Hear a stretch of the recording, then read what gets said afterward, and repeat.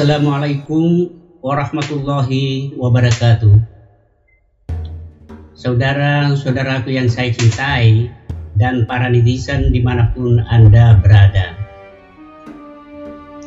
A'udzubillahi minasyaitonirrajim.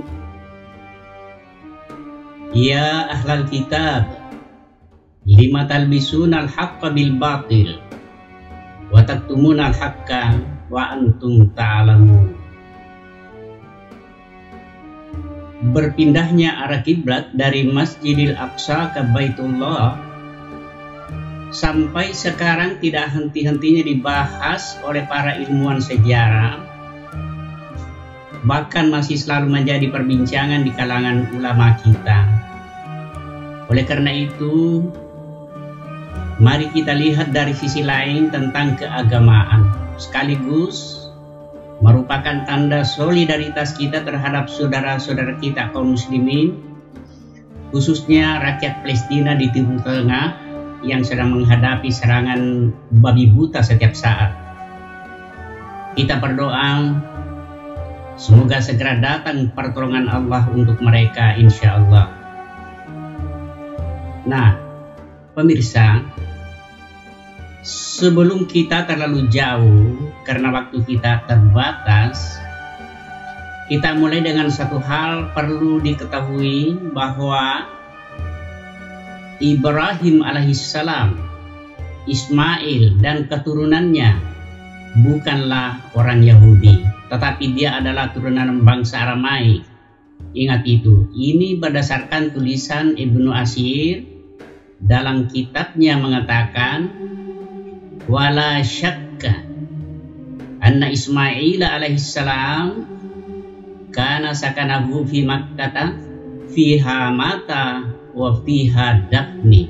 Artinya, tidak perlu kita ragu bahwa Ismail alaihissalam dia tinggal di Makkah dan di sana dia mati dan di sana pula dia dikebumikan. Jadi ingat, Ibrahim sendiri bukanlah Nasraniyah dan bukan pula Yahudiyah, tetapi yang jelas bahwa Ibrahim wa kanu ala hanifiyatil muslimin, bahwa Ibrahim berada pada jalan yang lurus, berjalan sesuai rel-rel agama Allah Subhanahu wa taala. Jadi pendapat yang mengatakan bahwa Ibrahim adalah Yahudi itu telah dibantah oleh Allah sendiri ketika Allah berfirman, "Qul a antum a'lamu amillah."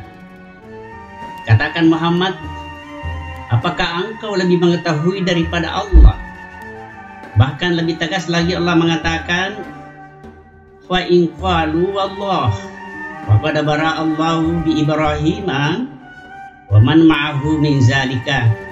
Siapa yang mengatakan bahwa Ibrahim, Ismail dan keturunannya orang Yahudi atau Nasrani, maka Allah berlepas diri dari keyakinan mereka. Pemirsa, dimanapun Anda berada, kita kembali kepada persoalan arah kiblat. Dalam ayat ini ada kandungan yang penting diperhatikan bahwa lamma bayyana ta'ala, tatkala Allah menjelaskan annahum ya'lamuna an hazihil kiblata haqqun, orang-orang yang diberi kitab telah mengetahui bahwa berpindahnya kiblat itulah yang paling benar, tetapi pemberitaan ini disembunyikan oleh ahli kitab. Akibatnya telah menjadi ajang pertikaian berkepanjangan antara Yahudi dan kaum muslimin, sehingga datanglah peringatan Allah Subhanahu wa taala dengan tegas. Ini terdapat di dalam Quran surah Al-Imran ayat 71. Ya ahlal kitab, lima talbisunal haqqa bil batil wa taktumunal haqqa wa antum ta'lamun.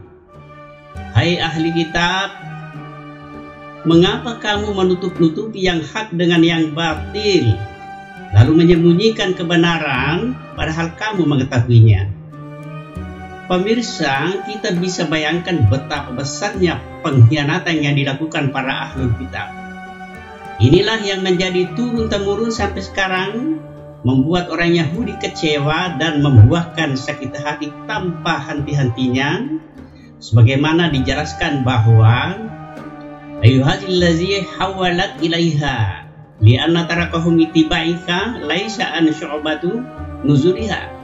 Maksudnya bahwa mereka merasa kecewa ditinggalkan sehingga tidak mau mengikut kepada kiblat Nabi, yaitu Baitullah di Makkah. Apalagi suatu hal yang perlu kita ketahui bahwa karakter kaum Yahudi itu adalah kaum yang paling kuat mempertahankan tradisi nenek moyang. Pokoknya benar atau salah harus ikut kepada tradisi nenek moyang mereka. Ini dibuktikan ketika Allah menjelaskan dalam Quran surah Az-Zukhruf ayat 22. Bal qalu inna wajadna aba'ana ala ummatin wa inna ala asarihim muhtadun. Sesungguhnya kami mendapat bapak-bapak kami menganut suatu agama, dan sesungguhnya kami orang-orang yang mendapat petunjuk dengan mengikuti jejak mereka. Pemirsa, jadi terjawab sudah bahwa kenapa kaum Yahudi dan Nasrani begitu benci terhadap kaum muslimin. Karena mereka merasa kecewa ditinggalkan oleh Nabi, sehingga mereka bersumpah sampai kapanpun tidak akan berhenti berusaha agar kamu mengikut kepada agamanya.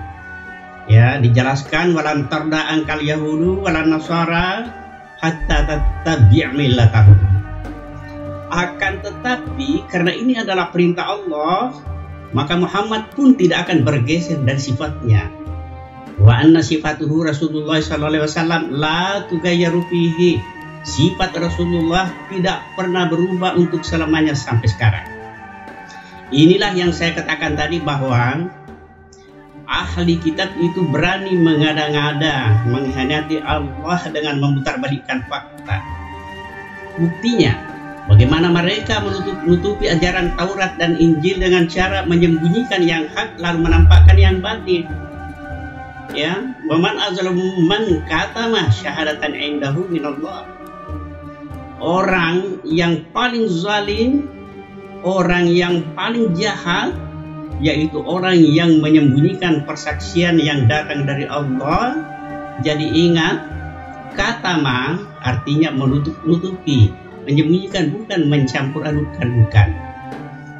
Pemirsa dimanapun Anda berada, jadi Nabi Muhammad ketika salat menghadap Masjidil Aqsa di Baitul Maqdis selama 16 bulan itu hanya semata-mata istinbat sendiri dari beliau, bukan perintah Allah. Sehingga kaum Yahudi waktu itu merasa sangat gembira dan sangat senang hatinya. Namun dalam kondisi seperti itu, tiba-tiba datanglah perintah Allah yang sebenarnya, yang benar, untuk segera memalingkan arah. Ya, fawalli wajhaka syatral Masjidil Haram wa haitsu ma kuntum. Palingkanlah mukamu ke arah Masjidil Haram dimanapun kamu berada. Inilah awal mula terjadinya kebencian. Mereka merasa ditinggalkan oleh Nabi, sehingga dikatakan di anna tarakahum ittibaika laisa an syufi'ahu. Ya, sehingga mulai saat itu orang-orang Yahudi tidak pernah senang hatinya terhadap kaum muslimin, hingga berakar turun-temurun sampai sekarang. Jadi pemirsa, tidak perlu kita heran sekarang jika sikap orang-orang Yahudi menggunakan bermacam-macam tipu daya, pengkhianatan dan sebagainya. Mereka tegar tengkuk dan angkuh merasa diri tak terkalahkan, baik dari segi ekonomi, lebih-lebih dalam soal militer dengan kekuatan alutsista, udara di darat maupun di laut yang mereka andalkan, sehingga tak segan-segan melakukan tindakan brutal seperti misalnya bombardir, genosida, serangan nuklir dan sebagainya. Dan sasarannya jelas, yaitu untuk membunuh anak-anak, generasi yang akan melanjutkan perjuangan Islam di masa yang akan datang. Adapun sidang umum internasional PBB tidak dipedulikan semuanya, sehingga seolah-olah yang berlaku adalah hukum rimba. Artinya siapa yang kuat, itulah yang berkuasa. Ini suatu kesombongan mereka yang sudah sangat berlebihan. Pemirsa dimanapun berada, padahal di sini mereka tidak sadar bahwa ada kekuatan di balik itu yang mampu mengalahkan segalanya. Apa itu? Taat dan tawakal kepada Allah. Inilah yang membekali semangat para pejuang Islam. Wa a'iddu lahum mastata'tum min quwwatin. Dan siapkanlah dirimu, kata Allah, untuk menghadapi mereka dengan kekuatan apa saja yang kamu sanggupi. Tidak ada kata mundur. Meskipun harus berhadapan dengan persenjataan serba canggih, katakanlah seperti Merkava, pesawat drone, rudal balistik, dan segala macam, tidak akan melemahkan kekuatan dan keyakinan pejuang Islam di medan perang. Apapun terjadi, kalah atau menang, tentu ada sesuatu di balik hikmah. Yang jelas, pejuang Islam akan menggagalkan target Zionis melalui pertahanan yang mencengangkan di mata dunia. Bantulah rakyat Palestina apa yang bisa kita bantu. Saudara, demikian saya kira apa yang bisa saya sampaikan, semoga menjadi renungan untuk kita semua. Lebih dan kurangnya mohon dimaafkan. Nasrul minallahi wa fathun qarib. Assalamualaikum warahmatullahi wabarakatuh.